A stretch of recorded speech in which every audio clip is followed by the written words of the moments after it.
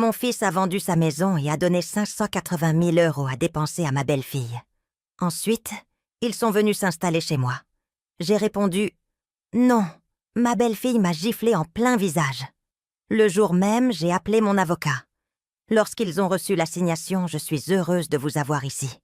Suivez mon histoire jusqu'au bout et commentez la ville d'où vous me regardez pour que je voie jusqu'où mon récit a voyagé. Je m'appelle Catherine et à 64 ans, je pensais connaître mon fils.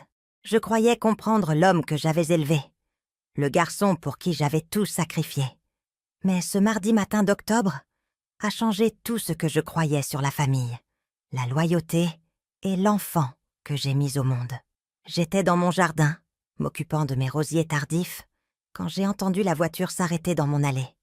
Le bruit du moteur m'était familier, le SUV de Guillaume, mais quelque chose semblait différent. Il y avait une urgence dans la façon dont les portières ont claqué. Une tension que je pouvais sentir même depuis l'arrière de ma maison. Quand je suis arrivée devant ma modeste maison à étage, j'ai trouvé mon fils sur le perron, avec sa femme, Audrey. Mais il ne portait là pas les signes habituels d'une visite impromptue.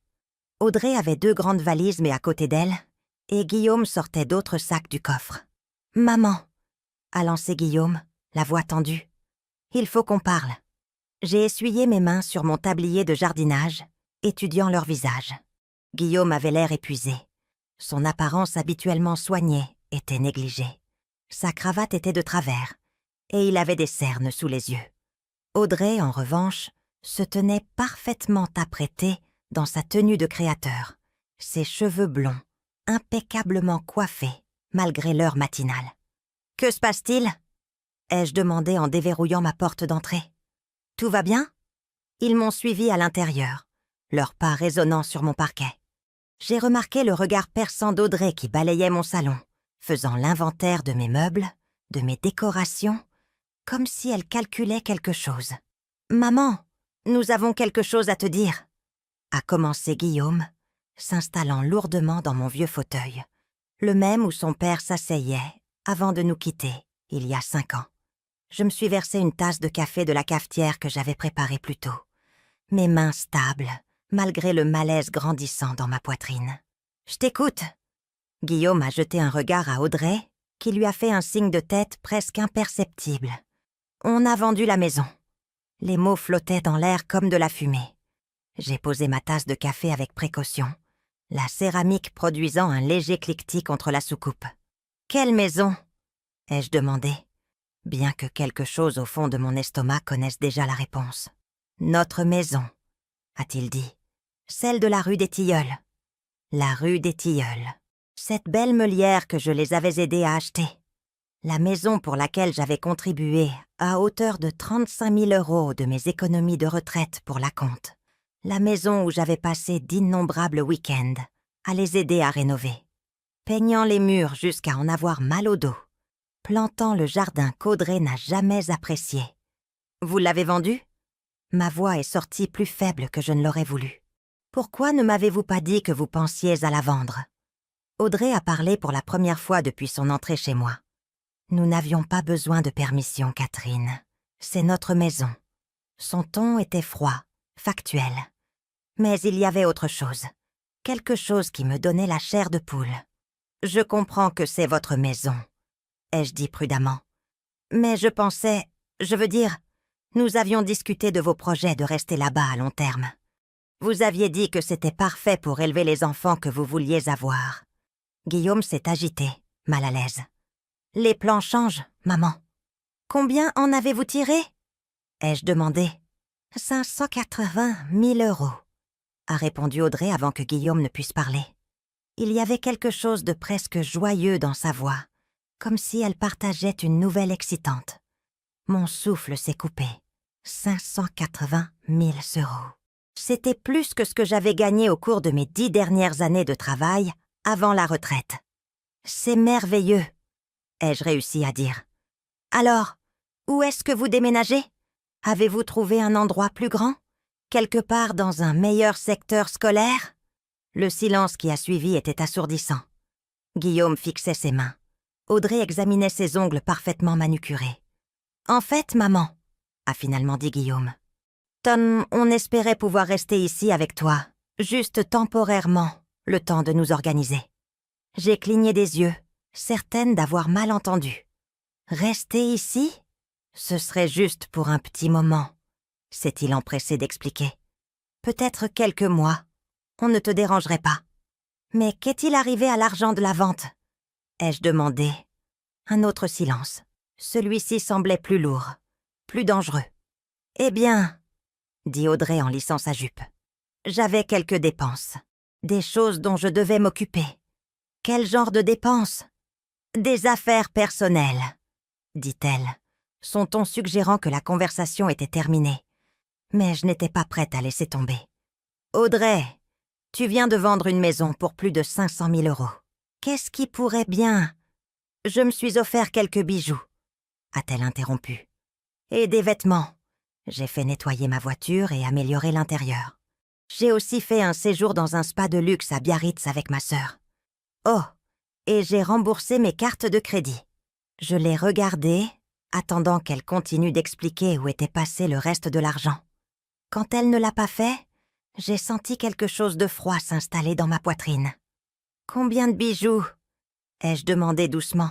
« Est-ce que ça a de l'importance ?» a sèchement répliqué Audrey. « C'était mon argent, je pouvais le dépenser. »« Ton argent ?» Les mots m'ont échappé avant que je puisse les retenir. Guillaume a finalement levé les yeux vers moi. « Maman, s'il te plaît, on a juste besoin d'un endroit où rester le temps de nous remettre sur pied. »« Vous remettre sur pied ?» ai-je répété. « Guillaume, tu venais d'avoir plus d'1 demi-million. Comment se fait-il que vous ne soyez pas sur pied ? » « C'est compliqué, » a-t-il marmonné. J'ai regardé mon fils et sa femme, les voyant clearly pour la première fois peut-être. Guillaume, mon garçon que j'avais élevé pour être responsable, pour réfléchir avant d'agir, était assis dans mon salon, sans abri, bien qu'il ait eu plus d'argent que la plupart des gens ne voient dans une vie. Et Audrey, qui n'avait pas travaillé un seul jour depuis son mariage avec mon fils, était assise là dans ce qui ressemblait à une tenue toute neuve, qui coûtait probablement plus que ma pension mensuelle. « Où est passé tout l'argent, Audrey ?» ai-je demandé à nouveau, ma voix plus ferme cette fois. Elle a levé les yeux au ciel. « Je t'ai dit que j'avais des dépenses. »« Pour une valeur de 580 000 € de dépenses ? Ce ne sont pas tes affaires, Catherine. Quelque chose a cédé en moi. C'est devenu mes affaires quand vous vous êtes présentée à ma porte pour demander un endroit où vivre. » Guillaume a mis sa tête dans ses mains. « Maman, s'il te plaît, ne rends pas les choses plus difficiles qu'elles ne le sont. » « Plus difficiles qu'elles ne le sont. » Je me suis levée, mon café oublié. « Guillaume, aide-moi à comprendre. Tu avais une belle maison, de l'argent à la banque, et maintenant tu demandes à emménager chez ta mère de 64 ans parce que ta femme a tout dépensé, en bijoux et en séjours au spa. » « Ce n'était pas que des bijoux et des séjours au spa, » a dit Audrey sur la défensive.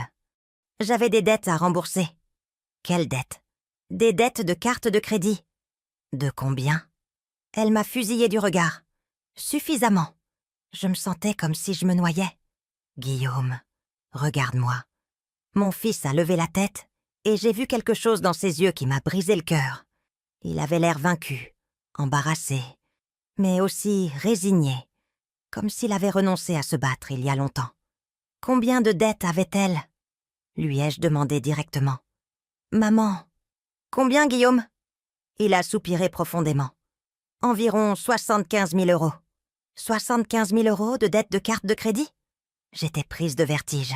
« Qu'a-t-elle acheté avec 75 000 € sur des cartes de crédit ?»« Des vêtements, surtout, » dit-il doucement. « Des chaussures, des sacs à main, des vacances avant notre mariage. »« Et le reste de l'argent de la maison ?» Guillaume a regardé Audrey, qui étudiait maintenant son téléphone, comme si cette conversation ne la concernait pas. Elle voulait redécorer la maison de sa sœur pour lui faire une surprise, a-t-il dit. Et elle a acheté une nouvelle voiture pour sa mère. Et elle voulait investir dans l'entreprise de son ami. Quel genre d'entreprise ?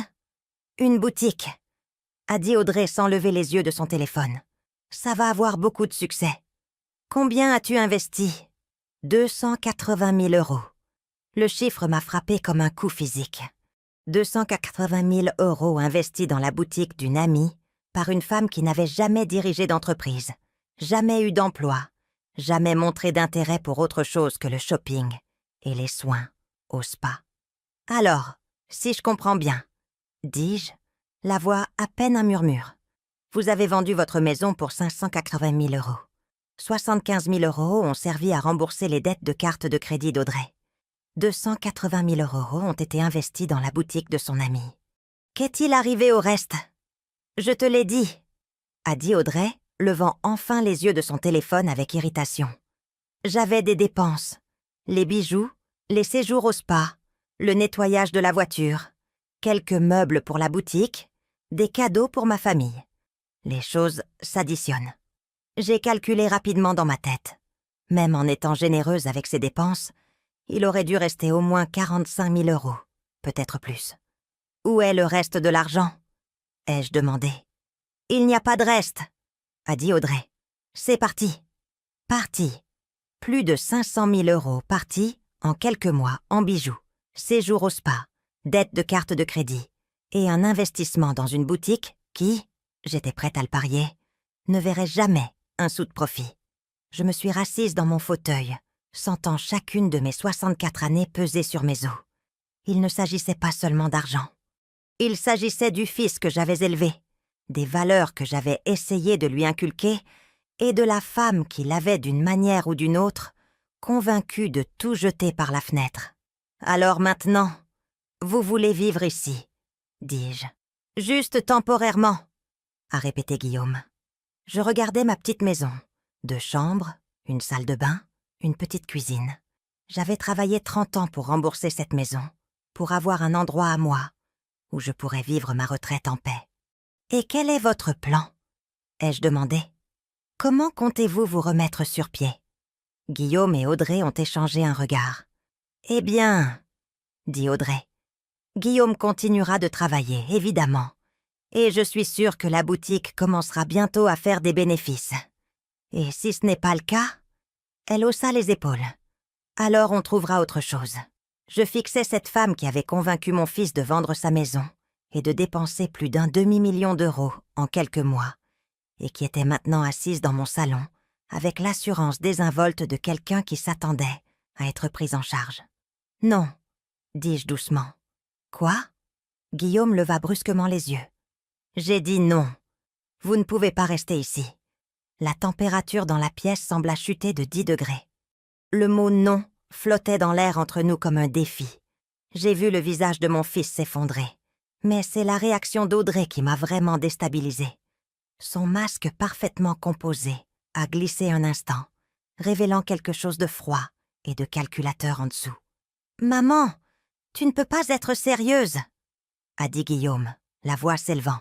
« Nous sommes de la famille. »« Oui, nous sommes de la famille, » ai-je répondu, ma voix plus stable que je ne le sentais. « C'est pourquoi je ne vais pas cautionner ce désastre que vous avez créé. » Audrey a posé son téléphone sur ma table basse avec une force délibérée. « Cautionner quel désastre, Catherine ! Mon mari a pris une décision commerciale. Tous les investissements ne sont pas rentables immédiatement. » Décision commerciale ? Je ne pouvais pas cacher l'incrédulité dans ma voix. Dépenser 500 000 € en bijoux, séjour au spa et dans la boutique de ton ami n'est pas une décision commerciale, Audrey. C'est de la dépense irréfléchie. Comment oses-tu juger la façon dont je dépense mon argent ? A-t-elle répliqué, son sang-froid finissant par craquer. Ce n'était pas ton argent, dis-je doucement. C'était la valeur nette d'une maison pour laquelle mon fils a travaillé, que j'ai aidé à acheter. Guillaume se leva brusquement, faisant les 100 pas jusqu'à ma fenêtre. « Maman, nous ne demanderions pas si nous avions un autre endroit où aller. »« Et la famille d'Audrey ? Sûrement ses parents ? » ?»« Ses parents vivent dans un 2 pièces, » a dit Guillaume. « Et sa sœur n'a pas de place. » La sœur dont elle avait dépensé des milliers d'euros pour redécorer la maison, en guise de surprise. Les yeux d'Audrey brillèrent de colère. « Mes relations personnelles ne te regardent pas. » Je me suis levée. Ma patience était enfin épuisée. « Elles sont devenues mon problème, au moment où tu t'es présenté à ma porte pour demander de l'aide. Tu as dépensé l'avenir de mon fils en futilité. Et maintenant tu t'attends à ce que je nettoie les dégâts. Ce n'est pas futile, a crié Audrey en se levant d'un bond. Tu ne comprendrais pas. Tu as vécu toute ta vie dans cette petite maison, portant les mêmes vieux vêtements, conduisant la même vieille voiture. Tu ne sais pas ce que c'est que d'avoir des standards. L'insulte a fait mouche, mais j'ai refusé de le montrer. Non, Audrey, je ne sais pas ce que c'est que de dépenser l'argent des autres pour des luxes, tout en attendant qu'ils me fournissent un logement quand l'argent vient à manquer. Guillaume s'est détourné de la fenêtre, le visage rouge. « Maman, s'il te plaît, je sais qu'Audrey a fait des erreurs. »« Des erreurs ?» ai-je interrompu. « Guillaume, elle a dépensé plus de 500 000 € en quelques mois. Ce n'est pas une erreur. C'est un schéma de comportement. Tu ne sais rien de notre mariage, a sifflé Audrey. Tu ne sais pas ce que c'est que d'être mariée à quelqu'un qui ne veut jamais dépenser d'argent pour quelque chose de joli. Je sais ce que c'est que de vivre selon ses moyens, ai-je répliqué. Je sais ce que c'est que d'économiser pour les choses que je veux, au lieu d'attendre que les autres peinent pour moi. Le visage d'Audrey s'est tordu de rage. Eh bien, n'es-tu pas parfaite, Catherine? La mère parfaite, qui a élevé le fils parfait, qui a épousé la mauvaise femme. Je n'ai jamais dit ça. Tu n'as pas eu besoin de le dire. C'est écrit sur ton visage chaque fois que tu me regardes. La vérité, c'est qu'elle avait en partie raison. Je n'avais jamais aimé Audrey depuis le moment où Guillaume l'avait ramenée à la maison, il y a 3 ans. Mais ce n'était pas à cause de ses origines ou de son apparence. C'était à cause de moments comme celui-ci, où son masque glissait et révélait la personne prétentieuse et manipulatrice en dessous. « Audrey, dis-je prudemment, je ne t'apprécie pas à cause de qui tu es. Je n'apprécie pas les choix que tu fais et comment ils affectent mon fils. Ton fils est un homme adulte qui fait ses propres choix, a-t-elle rétorqué. Vraiment? Parce que de là où je suis, on dirait que tu fais tous les choix et qu'il se contente de suivre. Guillaume a finalement pris la parole, la voix tendue. « Maman, ce n'est pas juste. »« Ah non ?» Je me suis tournée vers lui. « Dis-moi, Guillaume, de qui venait l'idée de vendre la maison ?» Il a hésité. C'était... On en a discuté ensemble. De qui venait l'idée d'investir 280 000 € dans une boutique? Autre hésitation. Audrey pensait que c'était une bonne opportunité. De qui venait l'idée de dépenser 75 000 € pour rembourser des dettes de cartes de crédit dont tu ne connaissais même pas l'existence avant d'être mariée? Le visage de Guillaume s'est empourpré. « Maman, s'il te plaît, réponds à la question, Guillaume. Qui a pris les décisions financières dans votre mariage? » « Nous les prenons ensemble, » dit-il faiblement. Audrey a ri, un son dur qui a résonné sur les murs de mon salon. « Oh, s'il te plaît, Guillaume, dis la vérité à ta mère. Dis-lui comment tu m'as supplié de t'épouser. Dis-lui à quel point tu étais reconnaissant que quelqu'un comme moi daigne même regarder quelqu'un comme toi. » J'ai senti mon sang se glacer. « Quelqu'un comme toi ?» ?»« Oui, » a dit Audrey, sa voix dégoulinant de venin. « Quelqu'un de beau, quelqu'un de sophistiqué, quelqu'un qui aurait pu avoir n'importe quel homme qu'elle voulait. Ton fils sait qu'il a tiré le gros lot en m'épousant. » Je regardais Guillaume, attendant qu'il se défende, qu'il montre un peu de cran. Au lieu de cela, il fixait le sol, les épaules affaissées par la défaite. « Et maintenant, » a poursuivi Audrey, « quand nous avons besoin d'aide, sa propre mère nous tourne le dos. Quel genre de mère fait ça? Le genre qui ne regarde pas son fils se faire détruire par une femme manipulatrice, dis-je, ma voix s'élevant malgré mes efforts pour rester calme. C'est là qu'Audrey a franchi la ligne. « Vieille femme aigrie !» a-t-elle hurlé. « Tu es juste jalouse parce que ton fils m'a choisi plutôt que toi. Tu ne supportes pas qu'il m'aime plus qu'il n'aime sa pathétique et solitaire mère. »« Audrey, arrête !» a dit Guillaume. Mais sa voix manquait de conviction. « Non, je n'arrêterai pas. Elle a besoin d'entendre ça. Tu es une vieille dame misérable, vivant dans une maison délabrée, jalouse de tous ceux qui ont plus que toi. Eh bien, devine quoi, Catherine? Ton fils n'a plus besoin de toi. Il m'a, moi. » J'ai senti quelque chose se briser en moi. Toutes ces années à me mordre la langue, à essayer d'être diplomate, à regarder cette femme empoisonner lentement ma relation avec mon fils. Tout s'est effondré. Dehors, dis-je doucement. Quoi? J'ai dit, sors de ma maison. Audrey a ri. Tu ne peux pas nous mettre dehors. Nous n'avons nulle part où aller. Ce n'est pas mon problème. Maman, a plaidé Guillaume. S'il te plaît, reconsidère. Nous n'avons vraiment nulle part ailleurs où aller. Vous auriez dû y penser avant de laisser ta femme dépenser tout votre avenir en bijoux et en séjours au spa. Audrey s'est approchée de moi, le visage tordu de fureur. Tu n'as pas le droit de me parler comme ça devant mon mari. C'est ma maison, dis-je fermement. Je te parlerai comme je veux, et en ce moment, je veux que tu partes. Nous n'allons nulle part, a dit Audrey en croisant les bras. Guillaume, dis à ta mère que nous restons.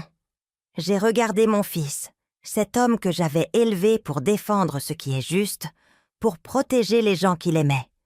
Au lieu de cela, j'ai vu une personne brisée qui avait laissé sa femme lui marcher dessus pendant si longtemps qu'il ne se souvenait plus comment se battre. Guillaume, dis-je doucement, s'il te plaît, demande à ta femme de quitter ma maison. Il a regardé entre nous, le visage angoissé. Maman, s'il te plaît, laisse-nous juste rester quelques jours le temps de nous organiser. Non. C'est là qu'Audrey a perdu tout le sang-froid qui lui restait. Très bien, a-t-elle hurlé. Tu veux être une égoïste sans cœur?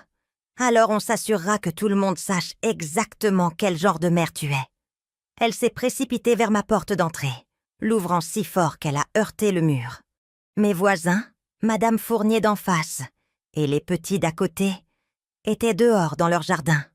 Ils ont levé les yeux au bruit de l'agitation. « Vous voulez savoir quel genre de femme est vraiment Catherine ?» a crié Audrey, sa voix portant dans la rue calme. Elle met son propre fils à la rue, sa propre chair et son propre sang. J'ai senti mes joues brûler de honte alors que les voisins arrêtaient ce qu'ils faisaient pour regarder la scène se dérouler sur mon perron. « Audrey, s'il te plaît, » a dit Guillaume, montrant enfin un peu de cran. Mais il était trop tard. « Non !» a-t-elle hurlé. « Qu'ils le sachent tous, cette femme a élevé un fils qui a travaillé toute sa vie pour acheter une belle maison. Et quand la vie est devenue un peu difficile, quand nous avons eu besoin d'aide, elle nous a claqué la porte au nez. » Madame Fournier s'est approchée, essayant clairement d'entendre chaque mot. « Nous avons demandé une aide temporaire, » a poursuivi Audrey, des larmes coulant maintenant sur son visage. Des larmes qui, j'en étais sûre, étaient entièrement calculées. Juste un endroit où rester le temps de nous remettre sur pied. Et cette femme sans cœur a dit non à son propre enfant. Je me tenais sur le pas de ma porte, regardant cette performance, me sentant plus humiliée que je ne l'avais été depuis des années.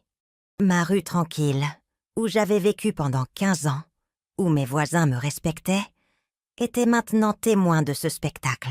« Ça suffit !» dis-je en sortant sur mon porche. « Non, ça ne suffit pas !» Audrey s'est retournée pour me faire face. « Tu penses que tu es tellement meilleure que tout le monde, mais tu n'es qu'une vieille femme égoïste qui ne supporte pas de voir les autres heureux. Audrey, arrête ça tout de suite. » Pourquoi? Parce que tu as honte? Bien. Tu devrais avoir honte. C'est là qu'elle a fait quelque chose qui a tout changé. Devant mes voisins, devant Dieu et tout le monde, Audrey a levé la main et m'a giflé en plein visage. Le son a claqué dans la rue calme, comme un coup de feu. J'ai reculé, ma main volant vers ma joue, plus par choc que par douleur. Pendant un instant, personne n'a bougé. Même Audrey semblait surprise de ce qu'elle avait fait. Madame Fournier a eu un hoquet audible. Le fils adolescent des petits qui tondaient leur pelouse a éteint la tondeuse et a regardé, médusé. Je regardais mon fils, attendant qu'il me défende, qu'il montre une certaine indignation que sa femme venait d'agresser sa mère. Au lieu de cela, Guillaume se tenait là, l'air confus et dépassé. « Tu viens de me frapper ?» demandai-je doucement, ma voix stable malgré la rage qui montait dans ma poitrine. Audrey a levé le menton avec défi. « Tu le méritais. Mettre ta propre famille à la rue comme de vulgaires déchets. » Je regardais mes voisins, tous témoins de cette humiliation. Madame Fournier avait l'air horrifiée. Les petits chuchotaient entre eux. Même le facteur avait arrêté sa camionnette pour regarder. « Guillaume, dis-je, ma voix à peine un murmure. Ta femme vient de m'agresser devant tout le quartier. » Il a ouvert la bouche comme pour parler, puis l'a refermée. « Et tu vas rester là et la laisser faire ? » « Maman, Elle est contrariée. Elle ne le pensait pas. Elle ne pensait pas à me gifler au visage ? Audrey s'est interposée entre nous. « N'essaie pas de te faire passer pour la victime, Catherine. Tu as cherché ça. » Je fixais cette femme qui venait de m'humilier devant mes voisins, qui avait convaincu mon fils de jeter son avenir financier et qui essayait maintenant de me faire passer pour la méchante dans son récit tordu. « Sors de ma propriété, » dis-je doucement. « Fais-moi sortir, » a ricané Audrey. Je regardais mon fils une dernière fois, espérant voir un signe qu'il lui tiendrait tête, qu'il choisirait le bien plutôt que le mal. Au lieu de cela, j'ai vu un homme qui avait été si profondément manipulé qu'il ne pouvait même pas défendre sa propre mère d'une agression physique. « Vous avez 5 minutes pour prendre vos sacs et quitter ma propriété, » dis-je. « Si vous n'êtes pas parti d'ici là, j'appelle la police. »« Tu n'oserais pas, » a dit Audrey. Mais je pouvais voir l'incertitude poindre dans ses yeux. J'ai sorti mon téléphone portable de ma poche et j'ai composé le 17. Pendant que le téléphone sonnait, j'ai vu le visage d'Audrey passer du défi à la panique. Elle a attrapé le bras de Guillaume. « Dis à ta mère de raccrocher ce téléphone tout de suite, » a-t-elle sifflé, Jean. Mais je parlais déjà à l'opérateur, donnant mon adresse, expliquant que j'avais besoin d'un agent pour m'aider à expulser des intrus de ma propriété qui étaient redevenus violents. Quand j'ai raccroché, Audrey me regardait avec incrédulité.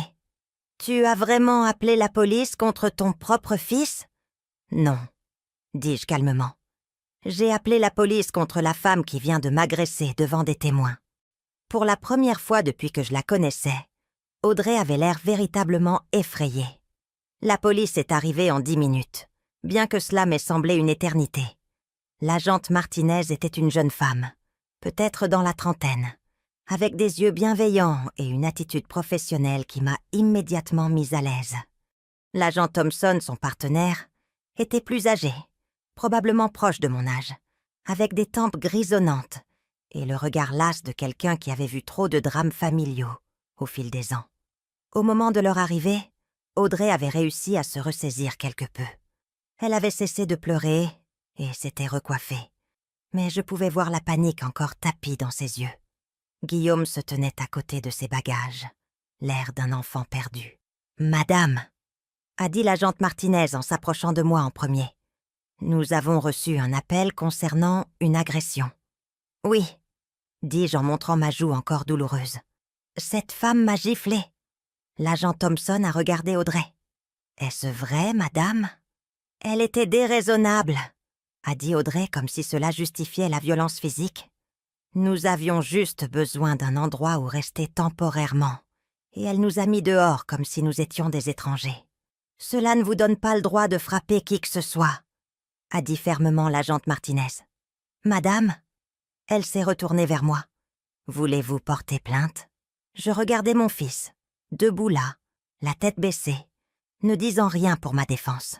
Cet homme que j'avais élevé, pour qui je m'étais sacrifiée, que j'aimais inconditionnellement, et il ne pouvait même pas condamner sa femme pour avoir frappé sa mère. « Oui, » dis-je doucement, « je veux porter plainte. » Le visage d'Audrey est devenu blanc. « Vous ne pouvez pas être sérieuse. »« L'agression est une accusation grave, madame, » a dit l'agent Thompson. « Nous avons plusieurs témoins qui vous ont vu frapper, madame. » En effet, mes voisins étaient toujours dans leur jardin, regardant le drame se dérouler. Madame Fournier a hoché la tête vigoureusement lorsque l'agente Martinez a regardé dans sa direction. « J'ai tout vu !» a crié Madame Fournier. « Elle a giflé Catherine en plein visage, sans provocation. »« C'est ridicule !» a protesté Audrey. « C'est ma belle-mère. C'est un différend familial. »« Famille ou pas ?» a dit l'agente Martinez. « Une agression est une agression. Vous allez devoir venir avec nous. » Alors qu'il menait Audrey vers la voiture de patrouille, elle s'est retournée vers Guillaume. « Ne reste pas planté là, » Fais quelque chose !» Mais Guillaume semblait figé, regardant sa femme se faire arrêter sur la pelouse de sa mère. Il me regarda avec quelque chose qui aurait pu être une accusation. « Maman, étais-tu vraiment obligée ?»« Oui, » dis-je avant qu'il ne puisse finir. « J'étais vraiment obligée. Ta femme m'a agressée devant tout le quartier, et tu es restée là à ne rien faire. C'est ma femme, et je suis ta mère. » Mais apparemment, ça ne veut plus rien dire. L'agent Thompson s'est approché avec un presse-papier. « Madame, nous aurons besoin que vous veniez au poste pour faire une déclaration formelle. Pouvez-vous le faire cet après-midi ?»« Bien sûr. » Alors que la voiture de police s'éloignait avec Audrey à l'arrière, Guillaume a rechargé ses bagages dans son SUV. Il se déplaçait lentement, comme un homme en état de choc. « Où iras-tu » demandai-je malgré tout. Il a haussé les épaules. « Je ne sais pas. Peut-être un hôtel pour ce soir. »« Avec quel argent ?» La question flottait dans l'air entre nous. Nous savions tous les deux qu'il ne pouvait pas se permettre un hôtel indéfiniment. Nous savions tous les deux que ce n'était que le début de ses problèmes. « Guillaume, » dis-je doucement, « ça n'a pas à être la fin. Si tu la quittes, si tu admets que toute cette situation est mauvaise, nous pouvons surmonter ça. » Il me regarda avec des yeux fatigués. « C'est ma femme, maman. Je ne peux pas l'abandonner comme ça. Elle t'a abandonné au moment où elle a dépensé votre avenir en bijoux et en séjour au spa. Ce n'est pas si simple. » Si, ça l'est. C'est exactement aussi simple que ça. Il est monté dans son SUV sans un mot de plus et est parti, me laissant debout sur mon perron, me sentant plus seule que je ne l'avais été depuis la mort de mon mari. Le reste de la journée s'est déroulé dans un brouillard. J'ai fait ma déposition au poste de police, détaillant non seulement l'agression, mais toute la confrontation. L'inspecteur qui a pris ma déposition, le lieutenant Reynolds, était méticuleux et professionnel. « Madame, » a-t-il dit quand nous avons eu fini, « je dois vous demander, est-ce la première fois que votre belle-fille est physiquement agressive avec vous ?» J'ai réfléchi à la question. « Oui, physiquement, mais elle est émotionnellement manipulatrice depuis des années. » Pouvez-vous développer ? Je lui ai parlé de l'isolement progressif de mon fils. Comment Audrey semblait toujours organiser leurs visites, à des moments où elle savait que je ne pouvais pas venir. Comment elle avait convaincu Guillaume de sauter des réunions de famille et des vacances. J'ai expliqué comment elle avait lentement retourné mon fils contre moi, lui faisant croire que sa mère était trop critique et envahissante. « Et la situation financière ?» a demandé le lieutenant Reynolds. « Vous avez mentionné qu'ils ont vendu leur maison et dépensé l'argent. » Plus de 500 000 €, dis-je. Parti en quelques mois. Le lieutenant Reynolds a sifflé à voix basse. C'est beaucoup d'argent à dépenser si vite. Elle a des goûts de luxe et aucune notion de vivre selon ses moyens. Et votre fils a suivi ? J'ai soupiré. Mon fils a été complètement manipulé par cette femme. Il ne voit pas ce qu'elle lui fait, à son avenir, à notre famille.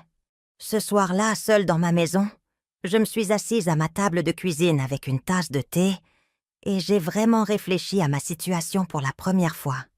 Porter plainte contre Audrey n'était que le début. Elle reviendrait.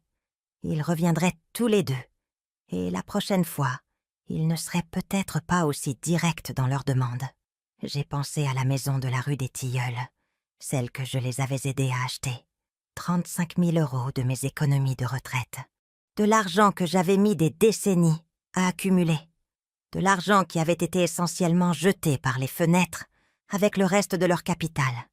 Mais ensuite, je me suis souvenu de quelque chose. Quand ils avaient acheté la maison, il y avait eu de la paperasse, beaucoup de paperasse. Et parce que j'avais contribué une part si importante de l'acompte, le notaire avait insisté sur certaines protections. Je suis allée à mon classeur et j'ai sorti le dossier intitulé « Achat Maison Guillaume ». À l'intérieur se trouvaient des copies de tous les documents de la vente, y compris quelque chose que j'avais presque oublié, une reconnaissance de dette. Le notaire avait insisté dessus quand je leur avais donné les 35 000 €. « Madame », avait-il dit à l'époque, « je vous recommande vivement de structurer cela comme un prêt plutôt qu'un don. Cela protège vos intérêts et garantit que votre fils comprend la gravité d'accepter une somme aussi importante. À l'époque, j'avais protesté. Je ne voulais pas en faire un prêt. Je voulais aider mon fils. Mais Guillaume lui-même avait insisté. « Maman, je veux te rembourser. Ça doit être officiel. » La reconnaissance de dette était claire. 35 000 € à rembourser à un taux d'intérêt annuel de 5%, les paiements commençant 1 an après la date d'achat. Le prêt était garanti par la propriété elle-même, ce qui signifiant que j'avais un intérêt légal dans la maison. Mais ils avaient vendu la maison sans me rembourser, sans même mentionner le prêt en cours. J'ai pris mon téléphone et j'ai composé le numéro de Maître Rousseau, l'avocat qui avait géré l'achat initial. Sa secrétaire m'a dit qu'il pouvait me voir le lendemain matin. Cette nuit-là, j'ai à peine dormi. Je n'arrêtais pas de penser à Guillaume quand il était petit garçon. Comment il se glissait dans mon lit pendant les orages. À quel point il était fier quand il avait obtenu son diplôme universitaire. Comment il avait pleuré aux funérailles de son père et promis qu'il prendrait toujours soin de moi. Où était passé ce garçon? Comment était-il devenu cet homme qui restait silencieux pendant que sa femme agressait sa mère? Le lendemain matin, je me suis habillée avec soin dans mon meilleur tailleur et je me suis rendue au bureau de Maître Rousseau. C'était un homme distingué d'une 60aine d'années, avec des cheveux argentés, et le genre de prestance qui commandait le respect. « Madame » a-t-il dit en me serrant la main chaleureusement, « j'ai été navré d'apprendre vos ennuis. Asseyez-vous, je vous en prie, et racontez-moi ce qui s'est passé. » J'ai expliqué toute la situation, la vente de la maison, l'argent gaspillé, l'agression, l'arrestation. Maître Rousseau a écouté sans interruption, prenant occasionnellement des notes sur un bloc-notes juridique. Quand j'ai eu fini, il s'est penché en arrière dans son fauteuil et m'a étudié attentivement. « Catherine, » a-t-il dit, « comprenez-vous que vous avez d'importants recours légaux ici? Que voulez-vous dire? La reconnaissance de dette garantissant votre prêt de 35 000 € a été enregistrée comme une hypothèque sur la propriété. Lorsque votre fils a vendu la maison sans satisfaire cette dette, il a violé les termes de l'acte. Vous avez des motifs à la fois pour rupture de contrat et détournement de fonds. » J'ai senti un battement dans ma poitrine. Pas tout à fait de l'espoir, mais quelque chose de plus fort que la résignation. Qu'est-ce que cela signifie en termes pratiques? Cela signifie que vous pouvez poursuivre pour le montant total du prêt, plus les intérêts et les dommages d'intérêt. Et comme la dette était garantie par un bien immobilier, vous pourriez être en mesure de saisir d'autres actifs pour satisfaire le jugement. Quels autres actifs? Maître Rousseau a souri sombrement. Eh bien, voyons ce qu'il reste à votre fils et à votre belle-fille, après leur frénésie de dépenses. Pendant l'heure qui a suivi, Maître Rousseau m'a expliqué mes options en détail. Je pouvais intenter une action civile pour obtenir le remboursement du prêt, plus les intérêts et les dommages d'intérêt. Je pouvais aussi engager des poursuites pénales pour vol par détournement, puisqu'ils avaient vendu un bien qui m'appartenait en partie, sans mon consentement. « Mais Maître Rousseau, » dis-je, « je ne veux pas détruire la vie de mon fils. Je veux juste qu'il comprenne que les actions ont des conséquences. Parfois, Catherine, la chose la plus gentille que vous puissiez faire pour quelqu'un que vous aimez est d'arrêter de le protéger des conséquences de ses choix. » J'ai réfléchi à cela en rentrant chez moi. Est-ce que je protégeais Guillaume en permettant à Audrey de le manipuler? Est-ce que je cautionnais ses mauvaises décisions en étant toujours là pour le rattraper quand il tombait? Au moment où je suis rentrée à la maison, j'avais pris ma décision. J'ai appelé Maître Rousseau et lui ai dit d'intenter le procès, non seulement contre Audrey, mais contre eux deux. Ils étaient fort mariés. Ils avaient pris la décision ensemble de vendre la maison et ils feraient face aux conséquences ensemble. Puis j'ai fait autre chose. J'ai appelé un serrurier et j'ai fait changer toutes mes serrures. J'ai installé un système de sécurité avec des caméras qui enregistreraient quiconque s'approcherait de ma propriété. Je n'allais pas me laisser surprendre à nouveau. Cet après-midi-là, Guillaume a appelé. « Maman, Audrey a été libérée sous caution. Il faut qu'on parle. »« Non, pas besoin. »« Maman, s'il te plaît, elle est désolée de t'avoir frappée. Elle était juste contrariée. « Guillaume, ta femme m'a volé 35 000 €, puis m'a agressée quand j'ai refusé de vous héberger tous les deux après que vous ayez dilapidé plus d'un demi-million d'euros. Il n'y a rien à discuter. Que veux-tu dire par voler 35 000 €? J'ai expliqué l'histoire de la reconnaissance de dette, de l'hypothèque sur la maison, du procès que j'avais intenté ce matin-là. Le silence à l'autre bout du fil s'est étiré si longtemps que j'ai cru qu'il avait raccroché. « Maman », a-t-il finalement dit, la voix tremblante, « tu ne peux pas nous poursuivre. Nous sommes de la famille. » « Tu as raison, Guillaume. Nous sommes de la famille. C'est pourquoi ce que tu as fait m'a fait tellement plus mal que si un étranger m'avait volé. Nous ne t'avons pas volé. Tu as vendu une maison sur laquelle pesait une hypothèque de 35 000 € sans me rembourser. Comment appellerais-tu ça? » Autre long silence. « Pour combien nous poursuis-tu? 35 000 € plus 3 ans d'intérêt, plus les frais de justice, plus les dommages pour détournement et rupture de contrat. Mon avocat estime le total à environ 55 000 €. Nous n'avons pas 55 000 €. Tu aurais dû y penser avant de laisser ta femme dépenser tout votre avenir en bijoux et en séjour au spa.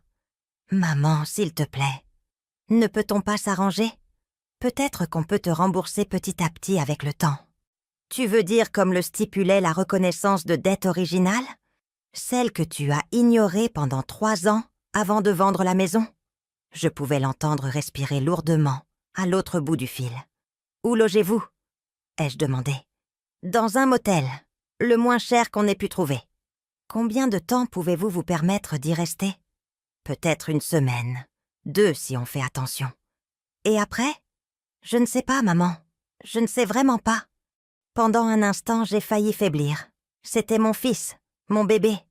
Et il avait l'air si perdu et effrayé. Mais ensuite, je me suis souvenu de la main d'Audrey frappant mon visage. Et ma résolution s'est raffermie. Guillaume, je t'aime. Je t'ai toujours aimé. Et je t'aimerai toujours. Mais je ne serai pas manipulée, volée, ni agressée.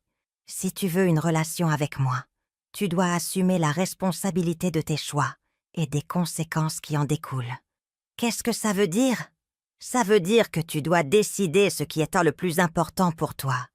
Ta relation avec ta femme ou ta relation avec ta mère, parce qu'en ce moment, tu ne peux pas avoir les deux. J'ai raccroché avant qu'il ne puisse répondre, mes mains tremblant, en posant le téléphone. Dehors, le soleil se couchait sur mon quartier tranquille. Madame Fournier arrosait ses fleurs, et le garçon des petits faisait des cercles à vélo dans leur allée. Tout semblait normal, paisible, mais je savais que plus rien ne serait jamais normal. Demain, Guillaume et Audrey recevraient les papiers du tribunal. Ils réaliseraient que leurs actions avaient de réelles conséquences, et je saurais une fois pour toutes si le fils que j'avais élevé existait encore quelque part, à l'intérieur de l'homme, qu'Audrey avait créé. 3 jours après avoir intenté le procès, Maître Rousseau m'a appelé avec une nouvelle qui m'a glacé le sang. « Catherine, je veux que vous vous asseyiez, » a-t-il dit. « Mon enquêteur a examiné le passé de votre belle-fille, et nous avons découvert des choses que vous devez savoir. » J'étais déjà assise à ma table de cuisine, mais j'ai serré le téléphone plus fort. « Quel genre de choses? » Audrey a un schéma de comportement. Avant d'épouser votre fils, elle a été fiancée à 2 autres hommes. Les 2 relations ont pris fin lorsque les hommes ont découvert qu'elle utilisait leur carte de crédit sans permission. Dans un cas, elle a accumulé plus de 45 000 € de dettes avant que l'homme ne s'en rende compte. Mon cœur s'est serré. Est-ce que Guillaume est au courant de ça? Je ne pense pas. Elle est très douée pour brouiller les pistes. Mais il y a plus. La boutique dans laquelle elle a investi, elle n'existe pas. Mon enquêteur n'a trouvé aucune licence commerciale, aucune vitrine, aucune preuve que cette boutique soit autre chose qu'un moyen pour son ami d'obtenir 280 000 € gratuitement. J'ai eu la nausée. Donc, l'argent a tout simplement disparu. Il semble que oui. Et Catherine, il y a autre chose, quelque chose de pire. Je me suis préparée.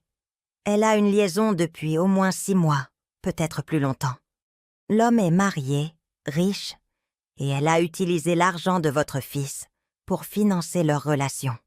Les bijoux coûteux, les séjours au spa, le nettoyage de la voiture, tout cela faisait partie du maintien de sa relation avec cet autre homme.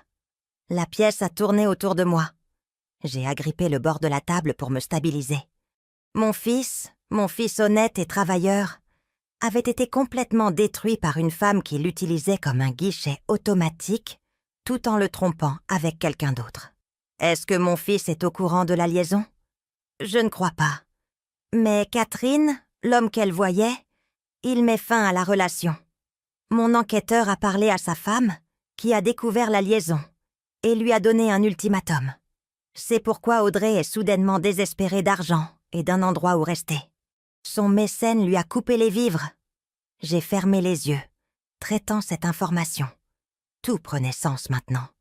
L'urgence soudaine de vendre la maison, la frénésie de dépenses irréfléchies, le désespoir quand j'ai refusé de les laisser rester avec moi.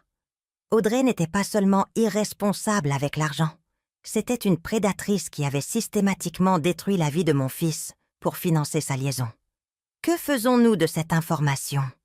Ai-je demandé. Nous l'utilisons. Dans le procès, nous pouvons arguer que l'argent a été obtenu par fraude et tromperie. Nous pouvons aussi l'utiliser pour nous assurer que votre fils comprenne exactement qui il a épousé. Cet après-midi-là, l'huissier a signifié les documents légaux au motel où Guillaume et Audrey séjournaient. Je le savais parce que Guillaume m'a appelé 30 minutes plus tard, la voix tremblante de rage. « Maman, c'est quoi ce bordel? C'est un procès, Guillaume. Je t'avais dit que j'allais le faire. 62 000 €? Tu nous poursuis pour 62 000 €. C'est ce que vous me devez. Plus les intérêts, plus les frais de justice, plus les dommages d'intérêt. Nous n'avons pas 62 000 €. Je sais. C'est ce qui arrive quand on vole sa famille pour financer un style de vie qu'on ne peut pas se permettre. Nous ne t'avons pas volé. Guillaume, tu as vendu une maison sur laquelle pesait une hypothèque de 35 000 € sans me rembourser. En termes juridiques, c'est un détournement de biens garantis. Je pouvais entendre Audrey en arrière-plan, hurlant quelque chose que je ne pouvais pas tout à fait distinguer. Elle veut savoir si tu as perdu la tête, a dit Guillaume. Dis à ta femme que je suis tout à fait saine d'esprit. Je suis aussi complètement fatiguée de me faire voler et agresser. Maman, s'il te plaît, ne peut-on pas s'arranger? Peut-être que nous pouvons... Non, Guillaume. Le moment de s'arranger, c'était il y a 3 ans, quand tu as manqué ton premier paiement sur la reconnaissance de dette. Ou c'était il y a 6 mois quand tu as décidé de vendre la maison. Ou c'était la semaine dernière quand tu t'es présenté à ma porte pour demander de l'aide, après avoir dilapidé plus d'un demi-million d'euros.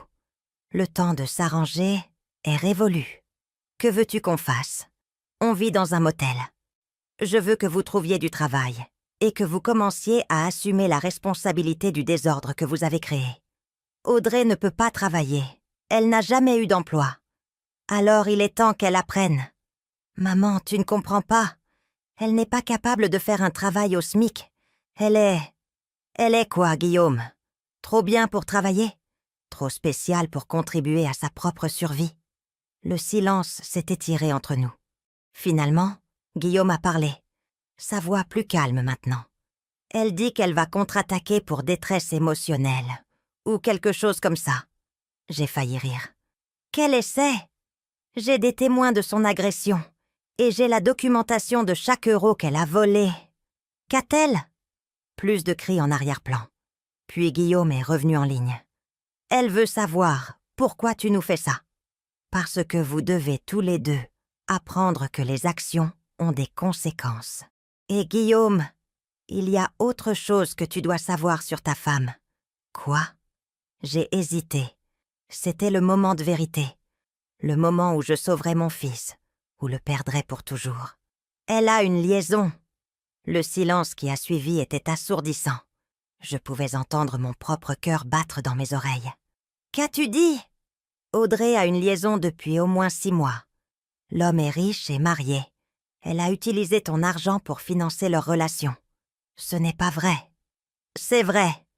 Mon avocat a engagé un enquêteur. Nous avons des preuves. Tu as engagé un enquêteur pour espionner ma femme? J'ai engagé un enquêteur pour savoir où sont passés 500 000 euros. La liaison est juste ce que nous avons découvert au passage. Plus de silence. Puis, en arrière-plan, j'ai entendu la voix d'Audrey clairement pour la première fois. « Qu'est-ce qu'elle dit? Quel mensonge te raconte-t-elle sur moi ?» Elle dit « Ah, que tu as une liaison !» a dit Guillaume, la voix vide. L'explosion qui a suivi était audible, même à travers le téléphone. Audrey a hurlé, des dénégations, des accusations, des menaces. Elle m'a traité de tous les noms, et de quelques-uns que je n'avais jamais entendus auparavant. « Guillaume, dis-je doucement, demande-lui pour Stéphane Morel. » Les cris ont cessé brusquement. « Qui est Stéphane Morel ?» a demandé Guillaume. « Demande à ta femme. » J'ai entendu une conversation étouffée. Puis Guillaume est revenu en ligne.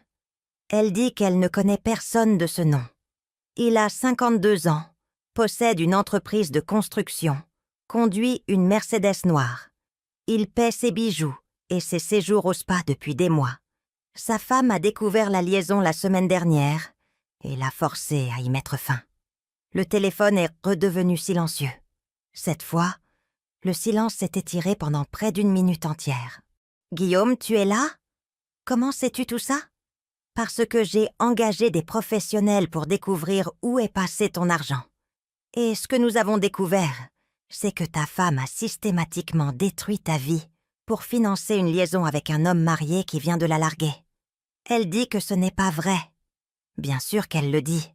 À quoi t'attendais-tu? Elle pleure maintenant. Elle te manipule à nouveau. Maman, je ne peux pas. J'ai besoin de réfléchir. Pense à ça, Guillaume. Pense à comment elle t'a convaincu de vendre votre maison sans en discuter avec moi d'abord, même si j'avais un intérêt légal dans la propriété. Pense à comment elle a dépensé 500 000 euros en quelques mois pendant que tu étais au travail, lui faisant confiance pour prendre des décisions responsables. Pense à comment elle a giflé ta mère devant tout le quartier et s'attendait ensuite à ce que tu la défendes. Je raccroche maintenant, Guillaume. Attends. Mais la ligne est devenue silencieuse. Je suis restée dans ma cuisine, fixant le téléphone, me demandant si je venais de sauver mon fils ou de le perdre pour toujours. Quoi qu'il en soit, je lui avais dit la vérité. Ce qu'il ferait de cette information dépendait de lui. Le lendemain matin, Maître Rousseau a de nouveau appelé. « Catherine, j'ai du nouveau. Votre fils a appelé mon cabinet ce matin. Il veut me rencontrer. » « Rencontrer pourquoi ? » Il n'a pas précisé, mais il semblait différent. Vaincu, peut-être, ou réveillé. C'est difficile à dire. Nous nous sommes arrangés pour nous rencontrer au bureau de Maître Rousseau cet après-midi-là. Je suis arrivée en avance, nerveuse à l'idée de revoir Guillaume. Quand il est entré, je l'ai à peine reconnu. Il avait toujours été mince, mais maintenant il avait l'air décharné. Ses vêtements flottaient sur sa silhouette. Et il avait des cernes sous les yeux qui le vieillissaient de 10 ans. « Bonjour, maman », a-t-il dit doucement, prenant la chaise en face de moi. « Bonjour, Guillaume. » Maître Rousseau s'est assis derrière son bureau, bloc-notes, juridique prêt. « Guillaume, vous avez dit que vous vouliez discuter du procès. Je veux savoir exactement ce que ma femme a fait, » a dit Guillaume. « Je veux voir toutes les preuves. » Pendant l'heure qui a suivi, Maître Rousseau a exposé tout ce que son enquêteur avait découvert. La liaison avec Stéphane Morel, documentée par des reçus d'hôtel et des relevés de cartes de crédit. Le faux investissement dans la boutique, qui n'était rien de plus qu'un moyen de verser de l'argent à l'ami d'Audrey. Le schéma de tromperie financière avec ses précédents petits amis. La dette de cartes de crédit croissante, dont Guillaume n'était pas au courant. À chaque révélation, je voyais mon fils s'enfoncer davantage dans son fauteuil. Au moment où Maître Rousseau a terminé, Guillaume fixait ses mains, des larmes silencieuses coulant sur son visage. « Où est-elle maintenant ?» ai-je demandé doucement. « Au motel. Elle ne sait pas que je suis ici. »« Qu'est-ce que tu vas faire ?» Guillaume a levé vers moi des yeux rougis. « Je ne sais pas, maman. Honnêtement, je ne sais pas. Toute ma vie, tout ce que je pensais savoir sur mon mariage, sur ma femme, tout ça a été un mensonge. Je suis désolée, mon chéri. Je le suis vraiment. Elle me vole depuis des années. Pas seulement en dépensant de l'argent, en me trompant activement, en me mentant, en me trompant. Et quand tu as essayé de me prévenir, je l'ai choisi plutôt que toi. Tu as été manipulé par quelqu'un qui est très doué pour la manipulation. Ce n'est pas ta faute. N'est-ce pas? J'ai 35 ans, maman. J'aurais dû voir les signes. J'aurais dû me demander pourquoi elle ne voulait jamais travailler. Pourquoi elle avait toujours besoin de plus d'argent. Pourquoi elle était si pressée de vendre la maison. Maître Rousseau s'est éclairci la gorge. « Guillaume, la question maintenant est de savoir ce que vous voulez faire au sujet du procès. Votre mère a droit à l'argent que vous lui devez, mais nous pourrions potentiellement élaborer un plan de paiement si... » « Non, » a interrompu Guillaume. « Elle mérite d'être remboursée immédiatement, la totalité. Mon fils, tu viens de dire que tu n'as pas l'argent. Je le trouverai. Je contracterai un prêt, je ferai des heures supplémentaires, je vendrai tout ce que j'ai à vendre. Maman, tu as essayé de me protéger toute ma vie, et je t'ai remercié en laissant ma femme te voler et t'agresser. » Il a essuyé ses yeux avec le dos de sa main. « Je ne contesterai pas le procès. Tu mérites chaque centime. » J'ai senti mes propres yeux se remplir de larmes. « Guillaume et maman, je veux que tu saches que je demande le divorce aujourd'hui. Je ne peux pas rester mariée à quelqu'un qui m'a menti sur tout. » Le soulagement que j'ai ressenti était immense. « Et Audrey? Que va-t-elle faire ?» Le visage de Guillaume s'est durci. « Ce n'est plus mon problème. C'est une adulte qui a fait ses propres choix. Qu'elle se débrouille pour vivre avec les conséquences. » En quittant le bureau de Maître Rousseau, Guillaume et moi avons marché ensemble jusqu'à nos voitures. À ma voiture, il s'est arrêté et s'est tourné vers moi. « Maman, je sais que je ne mérite pas ton pardon. Je sais que je t'ai blessée de manières qui ne sont peut-être pas réparables, mais je veux que tu saches que je vais passer le reste de ma vie à essayer de réparer ça. » J'ai tendu la main et j'ai touché sa joue comme je le faisais quand il était petit et qu'il avait besoin de réconfort. « Tu es déjà en train de le réparer, mon chéri. Tu l'es déjà. » En rentrant chez moi, j'ai ressenti quelque chose que je n'avais pas connu depuis des années. De l'espoir. Pas seulement l'espoir de récupérer mon argent, mais l'espoir d'avoir aussi récupéré mon fils. Mais je savais aussi qu'Audrey ne partirait pas tranquillement. Une femme qui avait passé des années à manipuler et à tromper n'accepterait pas simplement la défaite. Elle se battrait. Et quand elle le ferait, ça deviendrait probablement très laid. J'avais raison de m'inquiéter. La vraie bataille ne faisait que commencer. J'aurais dû savoir qu'Audrey n'accepterait pas la défaite avec grâce. 3 jours après que Guillaume a demandé le divorce, elle s'est présentée chez moi à 6 heures du matin, martelant ma porte comme une femme possédée. J'ai regardé par le Judas et je l'ai vue sur mon porche, dans les vêtements de la veille, les cheveux en désordre. Le mascara coulait sur ses joues. Elle avait l'air de ne pas avoir dormi depuis des jours. « Catherine !» a-t-elle hurlé assez fort pour réveiller tout le quartier. « Je sais que tu es là. Ouvre cette porte tout de suite !» Je n'ai pas bougé. Mon nouveau système de sécurité enregistrait tout, et je n'avais aucune intention de la laisser entrer dans ma maison. « Tu as détruit mon mariage !» a-t-elle continué à crier. « Tu as retourné mon mari contre moi avec tes mensonges. » La lumière du porche de Madame Fournier s'est allumée de l'autre côté de la rue. Le chien des petits a commencé à aboyer. J'ai attrapé mon téléphone, prête à appeler à nouveau la police, si nécessaire. « Je ne pars pas tant que tu ne m'as pas parlé !» a hurlé Audrey. « Tu me dois bien ça !» J'ai appuyé sur le bouton de l'interphone de mon système de sécurité. « Audrey, tu dois quitter ma propriété immédiatement, ou j'appelle la police. »« Bien, appelle-les. Qu'ils entendent comment tu as détruit la vie d'une femme innocente. » Innocente. Le mot aurait été risible si la situation n'était pas si pathétique. « Tu as 30 secondes pour quitter ma propriété, » dis-je par l'interphone. « Non, je ne vais nulle part tant que tu n'as pas admis ce que tu as fait. » J'ai composé le 17 et leur ai donné mon adresse. C'est Catherine de la rue des Tilleuls. La femme qui m'a agressée la semaine dernière est de retour sur ma propriété. Refuse de partir et cause du trouble. L'opérateur m'a assuré que des agents étaient en route. Audrey a dû m'entendre parler car ses coups sont devenus plus frénétiques. « Tu ne peux pas te cacher derrière la police pour toujours, Catherine. Tout le monde doit savoir quel genre de personne tu es vraiment. » Puis, elle a fait quelque chose qui m'a même choquée. Elle a commencé à crier des détails sur notre situation familiale pour que tout le quartier l'entende. « Cette femme a retourné son propre fils contre sa femme !» a-t-elle hurlé à plein poumon. « Elle a engagé des détectives privés pour nous espionner. Elle essaie de nous voler notre argent. » J'ai regardé par ma fenêtre alors que de plus en plus de voisins sortaient pour voir ce qui se passait.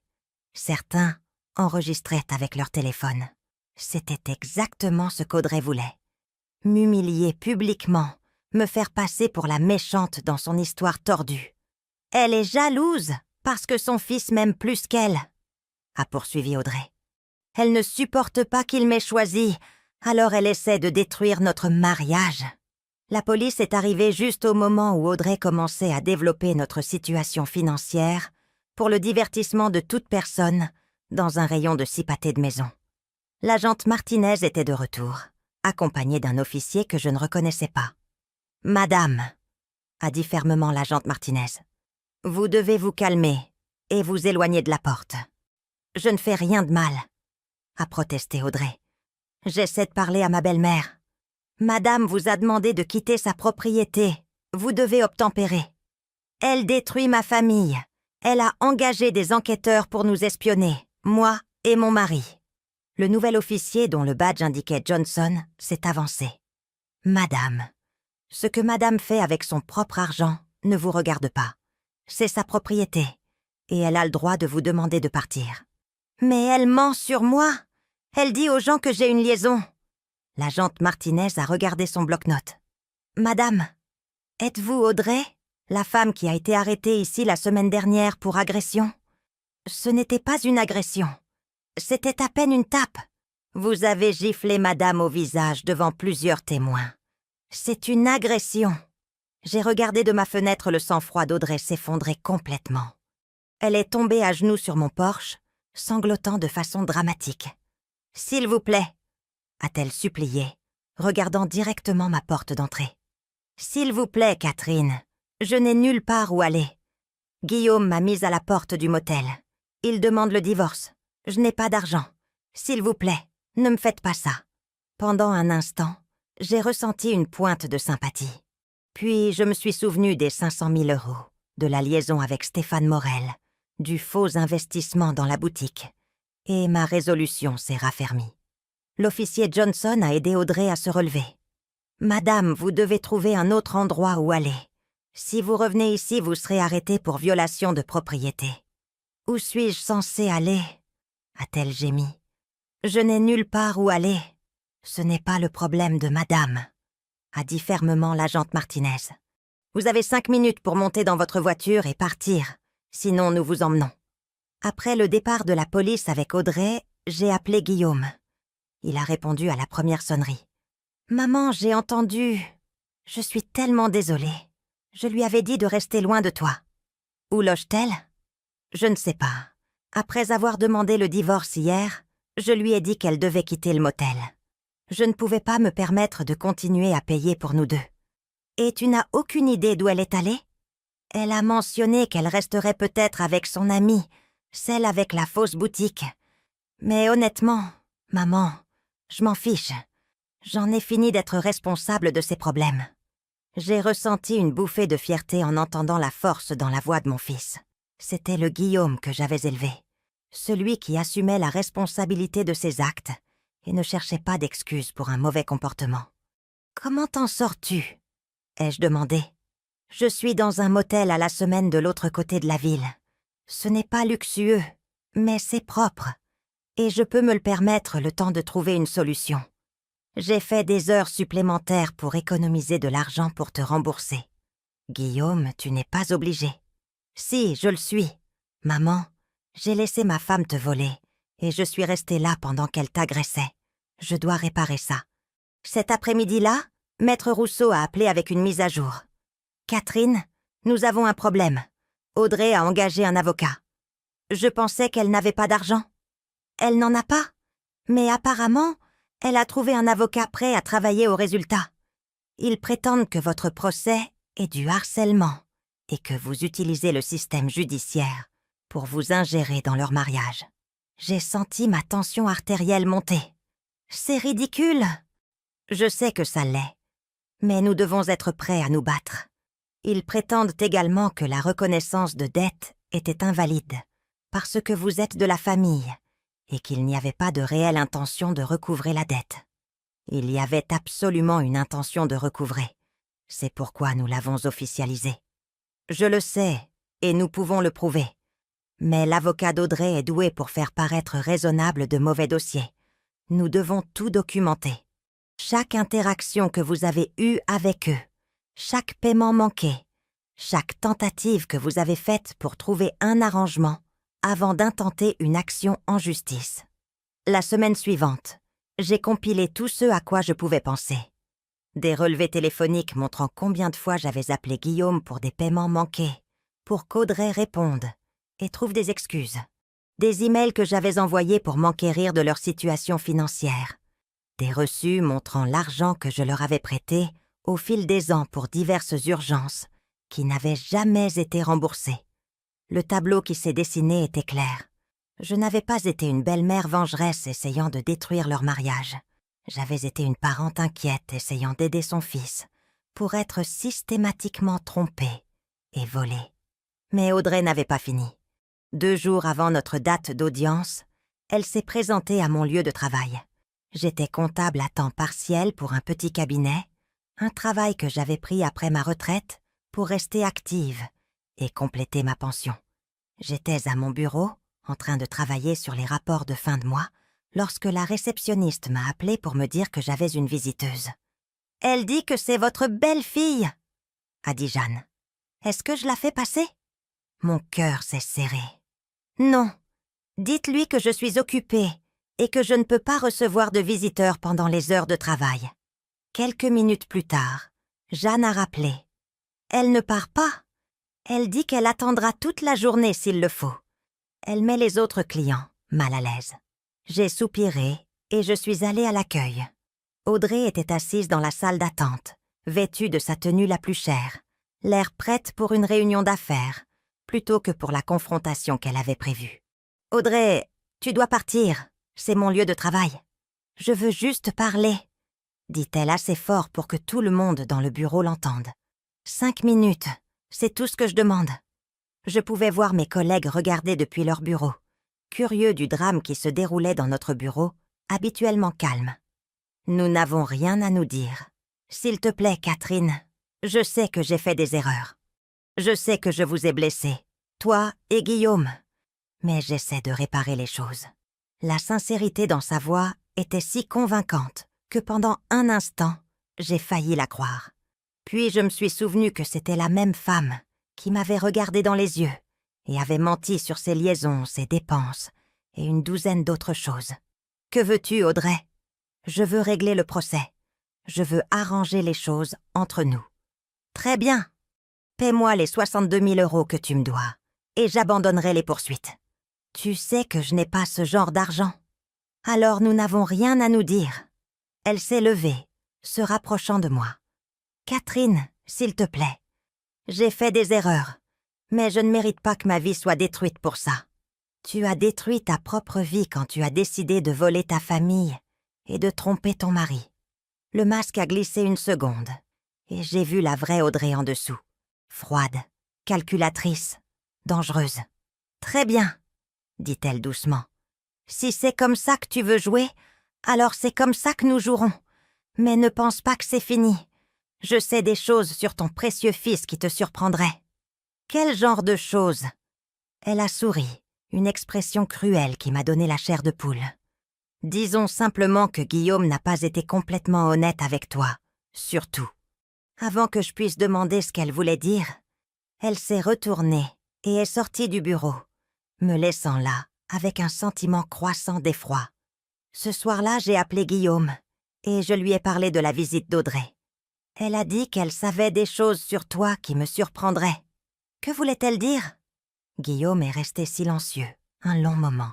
« Maman, Il y a des choses que je ne t'ai jamais dites, des choses dont je ne suis pas fière. Mon cœur s'est serré. Quel genre de choses? Quand Audrey et moi nous sommes mariés, j'ai fait certaines choses. Des choses financières qui n'étaient pas complètement légales. Que veux-tu dire? J'ai falsifié des documents pour obtenir un meilleur taux de prêt sur notre première voiture. Je n'ai pas non plus déclaré certains revenus en espèces sur nos impôts une année. Et quand nous avons acheté la maison, j'ai peut-être gonflé mes revenus sur la demande de prêt immobilier. J'ai eu la nausée. Guillaume, pourquoi ne m'as-tu pas dit ça? Parce que j'avais honte. Et parce qu'Audrey disait que c'était normal, que tout le monde faisait des choses comme ça. Et elle a des preuves de ça? Elle a gardé des copies de tout. Elle disait que c'était pour nos dossiers. Mais maintenant, je pense qu'elle le gardait comme une assurance, au cas où j'essaierais de la quitter. J'ai fermé les yeux, comprenant toute l'étendue de ce à quoi nous avions affaire. Audrey n'était pas seulement une dépensière manipulatrice. C'était une criminelle qui avait systématiquement compromis mon fils pendant des années, créant des preuves qu'elle pourrait utiliser pour le détruire s'il essayait de s'échapper. Guillaume, tu dois en parler à Maître Rousseau immédiatement. Maman, si ça sort, je pourrais aller en prison. Je pourrais perdre mon travail, ma licence professionnelle, tout. Et si tu ne lui dis pas, et qu'Audrey l'utilise contre nous, au tribunal, tu perdras tout de toute façon. Au moins de cette façon, nous pouvons essayer de contrôler comment ça sort. Le lendemain matin, j'étais assise dans le bureau de Maître Rousseau, avec mon fils, alors qu'il avouait ses délires financiers. Maître Rousseau a écouté sans jugement, prenant des notes et posant des questions pour clarifier. Quand Guillaume a eu fini, Maître Rousseau s'est penché en arrière dans son fauteuil et nous a étudiés tous les deux. « C'est sérieux », a-t-il dit finalement, « mais ce n'est pas insurmontable. Le délai de prescription est passé sur certains de ces problèmes et les autres peuvent potentiellement être résolus par une divulgation volontaire et le paiement de pénalités. »« Et le procès ?» ai-je demandé. « Le procès vient de se compliquer. Mais Catherine, je veux que vous compreniez quelque chose. Votre belle-fille n'essaie pas seulement d'éviter de vous rembourser. Elle essaie de détruire la vie de votre fils, pour le punir de l'avoir quitté. Il ne s'agit plus d'argent. Il s'agit de contrôle. » En quittant le bureau de Maître Rousseau, j'ai réalisé que la vraie bataille ne faisait que commencer. Audrey avait montré son vrai visage, et elle était prête à détruire tout le monde autour d'elle, plutôt que d'accepter la responsabilité de ses actes. Mais je n'étais plus la même femme qui leur avait ouvert sa porte, il y a 3 semaines. J'étais plus forte maintenant, plus en colère, et absolument déterminée à protéger mon fils du monstre qu'il avait épousé. La guerre était loin d'être terminée. Mais pour la première fois, j'avais l'impression que nous pourrions vraiment gagner. La salle d'audience était plus petite que ce à quoi je m'attendais, avec des bancs en bois usés et un éclairage fluorescent qui donnait à tout le monde un air pâle et fatigué. Je me suis assise derrière la table de Maître Rousseau, les mains jointes sur mes genoux, regardant Audrey entrer avec son avocate, une femme élégante dans la quarantaine, qui avait l'air de facturer à la minute. Audrey avait clairement dépensé de l'argent qu'elle n'avait pas pour son apparence au tribunal. Ses cheveux étaient beaux fraîchement coiffés, son maquillage parfait, et elle portait une robe bleue conservatrice, qui coûtait probablement plus que ce que je gagnais en une semaine. Elle jouait le rôle de la belle-fille lésée, victime du harcèlement d'une belle-mère vengeresse. Guillaume était assis à côté de moi, l'air nerveux, mais déterminé. Au cours de la semaine passée, il avait travaillé avec Maître Rousseau pour divulguer volontairement ses irrégularités financières aux autorités compétentes. Cela signifierait payer des pénalités et potentiellement perdre son emploi actuel. Mais cela signifiait aussi qu'Audrey ne pourrait pas utiliser l'information pour le détruire. « Levez-vous !» a annoncé l'huissier, alors que la juge Patricia Harris entrait. C'était une femme d'une 60aine d'années, avec des cheveux argentés et le genre d'expression sévère qui suggérait qu'elle avait entendu toutes les histoires tristes possibles et imaginables. L'avocate d'Audrey, maître Sarah Chen, a commencé. Elle a dépeint une jeune femme piégée dans une situation impossible, victime d'une belle-mère qui ne l'avait jamais acceptée et qui utilisait maintenant le système judiciaire pour s'ingérer dans leur mariage. « Madame la juge !» a dit maître Chen d'une voix dégoulinant de sympathie. « Ma cliente a pris de mauvaises décisions financières, comme beaucoup de jeunes gens. Mais la réponse de madame a été disproportionnée et vengeresse. Elle a engagé des détectives privés pour espionner ma cliente, a encouragé son fils à demander le divorce et essaie maintenant d'extorquer de l'argent à une femme qui n'a aucun moyen de payer. Elle a fait passer Audrey pour une victime innocente qui avait peut-être dépensé un peu trop d'argent en vêtements, plutôt qu'une femme qui avait systématiquement volé plus de 500 000 €, tout en menant une liaison. Quand ce fut le tour de maître Rousseau, il a méthodiquement exposé les faits.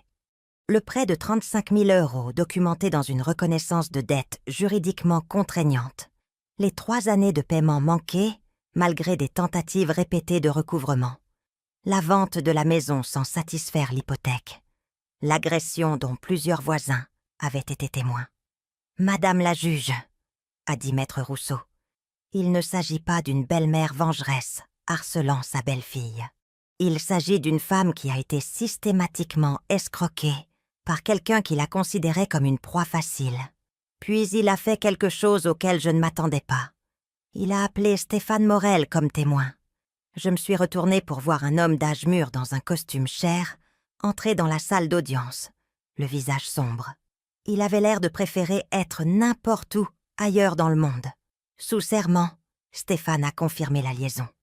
Il a témoigné qu'Audrey lui avait dit qu'elle divorçait, qu'elle avait de l'argent de sa famille et qu'elle avait besoin d'aide pour maintenir son style de vie pendant la séparation. Il avait payé pour des bijoux, des vacances et des dîners coûteux, croyant qu'elle était une femme riche, traversant un divorce difficile. Elle m'a dit que son mari était violent et que sa mère essayait de voler son héritage, a témoigné Stéphane, sans regarder Audrey. Elle a dit qu'elle avait besoin d'argent pour les combattre au tribunal. Le visage d'Audrey était devenu complètement blanc. Son avocate griffonnait frénétiquement des notes, ne s'attendant manifestement pas à ce témoignage. Saviez-vous que Madame Audrey utilisait l'argent de la vente de sa maison conjugale pour financer votre relation ? A demandé maître Rousseau. Non, je ne le savais pas. Si je l'avais su, je n'aurais jamais participé. Et quand cette relation a-t-elle pris fin ? Le mois dernier. Ma femme a découvert la liaison et a menacé de me quitter si je n'y mettais pas fin immédiatement. Quand maître Rousseau en a eu fini avec Stéphane, maître Chen a essayé de minimiser les dégâts. Elle a soutenu que la liaison n'était pas pertinente pour le litige financier, que quelles que soient les erreurs qu'Audrey avait commises dans sa vie personnelle, cela n'annulait pas le fait que le procès était excessif. Mais la juge Eris n'avait pas l'air impressionnée. Quand maître Chen s'est assise, la juge s'est penchée en avant et a étudié les documents devant elle. « Madame », dit-elle en s'adressant directement à Audrey, « contestez-vous avoir signé la reconnaissance de dette acceptant de rembourser à madame 35 000 €? Non, madame la juge, mais contestez-vous avoir manqué à tous les paiements sur cette note pendant 3 ans? Les circonstances étaient... Contestez-vous que vous et votre mari avez vendu la maison qui garantissait ce prêt sans rembourser la dette? L'avocate d'Audrey s'est levée. « Madame la juge, ma cliente n'était pas personnellement responsable de... » « Asseyez-vous, maître. Je pose des questions directes à votre cliente. » Audrey avait l'air sur le point de pleurer. « Madame la juge, je ne comprenais pas les implications légales. »« Madame, vous avez 32 ans. Prétendez-vous que vous ne compreniez pas qu'emprunter de l'argent signifiait que vous deviez le rembourser? Ce n'était pas censé être un vrai prêt. C'était de l'argent de famille. » L'expression de la juge Eris est devenue encore plus sévère. « Madame, voyez-vous votre signature sur cette reconnaissance de dette? »« Oui, mais... » « Quelqu'un vous a-t-il forcé à la signer? »« Non, mais... » « Alors c'est un vrai prêt, quelle que soit votre relation familiale. » La juge a ensuite porté son attention sur l'accusation d'agression. Elle a fait témoigner Madame Fournier sur ce qu'elle avait vu et les policiers qui avaient répondu à l'appel. Quand maître Chen a essayé de soutenir que c'était juste un différend familial qui avait mal tourné, la juge Eris l'a interrompu. « Maître, Une agression est une agression. La relation entre les parties est sans pertinence. Enfin, Maître Rousseau a présenté des preuves des habitudes de dépenses d'Audrey, les achats de bijoux, les soins au spa, le faux investissement dans la boutique. Il a montré comment plus de 500 000 € avaient été dépensés en moins de 6 mois, sans aucun actif à montrer. « Madame la juge », a dit Maître Rousseau, « il ne s'agit pas d'une mauvaise gestion financière. Il s'agit d'une fraude systématique. Madame Audrey a utilisé l'argent de son mari pour financer une liaison extra-conjugale, tout en évitant délibérément ses obligations légales envers ma cliente. Lorsque les deux parties ont présenté leurs arguments, la juge Eris a suspendu brièvement la séance. Je suis allée aux toilettes et je me suis passé de l'eau froide sur le visage, essayant de digérer tout ce que j'avais entendu. Toute l'étendue de la tromperie d'Audrey était encore pire que ce que j'avais imaginé. À la reprise de l'audience, la juge Eris avait clairement pris sa décision. « Madame Audrey, a-t-elle commencé, je n'ai jamais vu un cas aussi flagrant de fraude financière et de manipulation. Vous avez emprunté 35 000 € à la mère de votre mari, accepté des conditions de remboursement spécifiques, puis passé 3 ans à éviter vos obligations tout en dépensant plus de 500 000 € en luxe personnel et une liaison extra-conjugale. » Audrey a commencé à pleurer, mais la juge Eris n'avait pas terminé. Confrontée à votre comportement, vous avez physiquement agressé la femme que vous aviez volée et tenté de manipuler le système judiciaire pour éviter les conséquences de vos actes. Elle s'est tournée vers ses documents. Je statue en faveur de la plaignante. Madame Audrey, vous êtes condamnée à payer à Madame Catherine le montant total de 62 000 € dans les 30 jours. Si vous ne vous conformez pas, j'autoriserai la saisie sur salaire et la saisie des biens. Les sanglots d'Audrey se sont intensifiés. De plus, a poursuivi la juge, je transmets ce dossier au bureau du procureur pour d'éventuelles poursuites pénales pour fraude. La tromperie et le vol systématique démontrés dans ce cas vont bien au-delà d'une affaire civile. Maître Chen s'est levé rapidement. « Madame la juge, ma cliente n'a aucun actif pour payer ce jugement. Alors votre cliente aurait dû y penser avant de dépenser plus de 500 000 € en bijoux et en séjour au spa. Ce tribunal ne récompensera pas la fraude financière par de la sympathie. » En quittant le palais de justice, Audrey pleurait toujours dans le couloir, son avocate essayant de la calmer. Elle m'a regardée avec une haine pure. « Ce n'est pas fini », a-t-elle sifflé en passant devant moi. « Tu penses m'avoir gagné, mais ce n'est pas fini. » Je me suis arrêtée et je l'ai regardée pour ce que je savais être la dernière fois. « Si, Audrey, » dis-je doucement, « c'est fini. C'est fini depuis le moment où tu as levé la main sur moi. » 3 mois plus tard, j'étais assise sur ma terrasse arrière, regardant le coucher de soleil sur mon jardin, quand Guillaume a appelé. « Maman, j'ai des nouvelles. L'amie d'Audrey, celle avec la fausse boutique, a été arrêtée aujourd'hui pour fraude. » Apparemment, Audrey n'était pas sa seule victime. Elle menait des escroqueries à l'investissement depuis des années. Est-ce que ça t'aidera à récupérer une partie de l'argent? Probablement pas. L'argent a disparu. Mais ça veut dire qu'Audrey pourrait aussi faire face à des accusations criminelles, s'ils peuvent prouver qu'elle savait que c'était une arnaque. Et comment vas-tu? Mieux. J'ai trouvé un nouveau travail. Il paie moins que mon ancien, mais c'est un travail honnête. Et ils étaient au courant de mes problèmes juridiques quand ils m'ont embauché. Je suis dans un petit appartement maintenant. Rien de luxueux, mais c'est à moi. Es-tu heureux? Il y a eu une longue pause. Tu sais quoi, maman? Je crois que oui. Pour la première fois depuis des années, je me lève le matin sans me demander quel désastre financier m'attend. Je sais exactement combien d'argent j'ai, exactement ce que je dois, exactement ce que je peux me permettre. C'est libérateur. Et les 62 000 € que tu me dois? Je fais des paiements chaque mois, comme je l'ai promis. Ça me prendra quelques années, mais je rembourserai chaque centime. Guillaume, tu n'es pas obligé. Si, je le suis. Ce n'est pas juste une question d'argent, maman. C'est pour te montrer que je suis l'homme que tu m'as élevé pour être. » Après avoir raccroché, je suis restée assise dans l'obscurité grandissante, pensant aux derniers mois. J'avais récupéré mon argent. Enfin, la plupart. Plus important encore, j'avais récupéré mon fils. Audrey faisait face à des accusations criminelles dans 3 juridictions différentes. La femme de Stéphane Morel avait demandé le divorce et réclamait la moitié de tout ce qu'il possédait. L'enquête sur la fausse boutique s'était étendue à une affaire de fraude multi-États. Tous ceux qui avaient participé à la tromperie faisaient la face à des conséquences. Alors que j'étais assise paisiblement dans mon jardin, entourée de la vie que j'avais bâtie par un travail honnête et une épargne prudente, mon téléphone a vibré avec un SMS d'un numéro inconnu. J'ai failli ne pas le lire, mais quelque chose m'a poussée à regarder. « Je sais où tu vis. Ce n'est pas fini. » J'ai regardé le message un long moment, puis j'ai bloqué le numéro et supprimé le texte. Audrey pouvait me menacer autant qu'elle le voulait depuis n'importe quelle cellule de prison ou salle d'audience où elle se trouvait.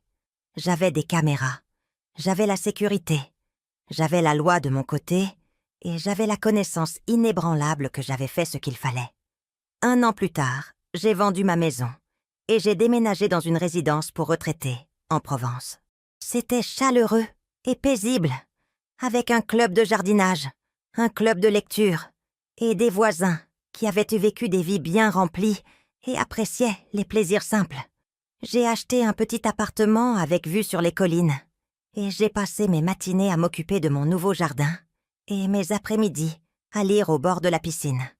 Guillaume venait me voir 2 fois par mois, prenant l'avion depuis Lyon, où il avait trouvé un travail stable et de vrais amis. Il n'a jamais mentionné Audrey, et je n'ai jamais demandé.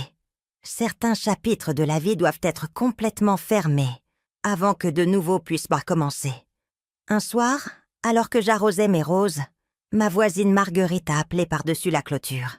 « Catherine, il y a quelqu'un à ta porte, une jeune femme.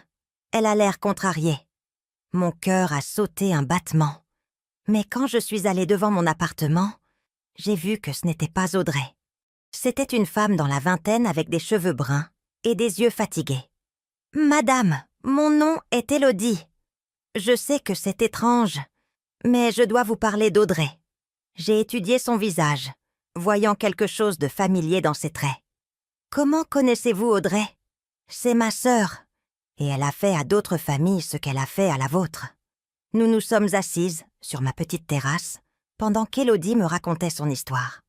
Audrey avait déménagé en Floride après les accusations criminelles à Lyon, utilisant un nom différent et une histoire larmoyante, soigneusement élaborée, sur le fait d'être victime de la famille de son ex-mari.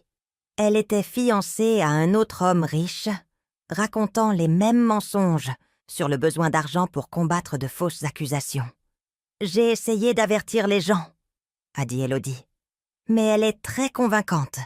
Elle fait croire à tout le monde qu'elle était la victime. Que voulez-vous de moi ? De l'aide. Vous êtes la seule personne qui lui a jamais tenu tête avec succès et qui a gagné. J'ai besoin de savoir comment vous avez fait. Je nous ai préparé du thé et j'ai tout raconté à Élodie. L'enquête, le procès, l'importance de tout documenter et de ne jamais reculer. La clé, dis-je finalement, est de comprendre que vous ne pouvez pas sauver quelqu'un de ses propres choix. Vous ne pouvez que vous protéger, vous et les gens que vous aimez. » Élodie est restée pour le dîner et nous avons parlé tard dans la soirée de la manipulation familiale et du courage qu'il faut pour faire ce qui est juste, quand ce qui est juste est difficile. Après son départ, je me suis assise sur ma terrasse, en regardant les étoiles de Provence, pensant à l'étrange voyage qui m'avait amenée ici. 1 an auparavant, je pensais que ma vie était simple et bien rangée. Je n'avais aucune idée que mon plus grand défi et ma plus grande victoire étaient encore à venir. Parfois, les batailles les plus importantes sont celles que vous n'avez jamais voulu mener contre des gens que vous n'avez jamais voulu blesser, pour défendre des principes que vous n'auriez jamais pensé devoir défendre. Mais quand ces batailles arrivent, vous avez 2 choix. Vous battre ou abandonner tout ce pour quoi vous avez travaillé à des gens qui voient là votre gentillesse comme une faiblesse. J'ai choisi de me battre. Et en me battant, j'ai découvert qu'à 64 ans, j'étais plus forte que je ne l'avais jamais imaginé. Les roses de mon jardin étaient magnifiquement fleuries, leurs pétales doux et parfumés dans la soirée du désert. Comme moi, elles avaient survécu à la transplantation et prospéraient dans un nouveau sol. Certaines choses, réalisai-je, deviennent plus fortes lorsqu'elles sont forcées de prendre de nouvelles racines. Maintenant, je suis curieuse à votre sujet, vous qui écoutez mon histoire. Qu'auriez-vous fait à ma place? Avez-vous déjà vécu quelque chose de similaire? Commentez ci-dessous. Et en attendant, je laisse sur l'écran final 2 autres histoires qui sont les préférées de la chaîne. Et elles vous surprendront certainement. Merci d'avoir regardé jusqu'ici.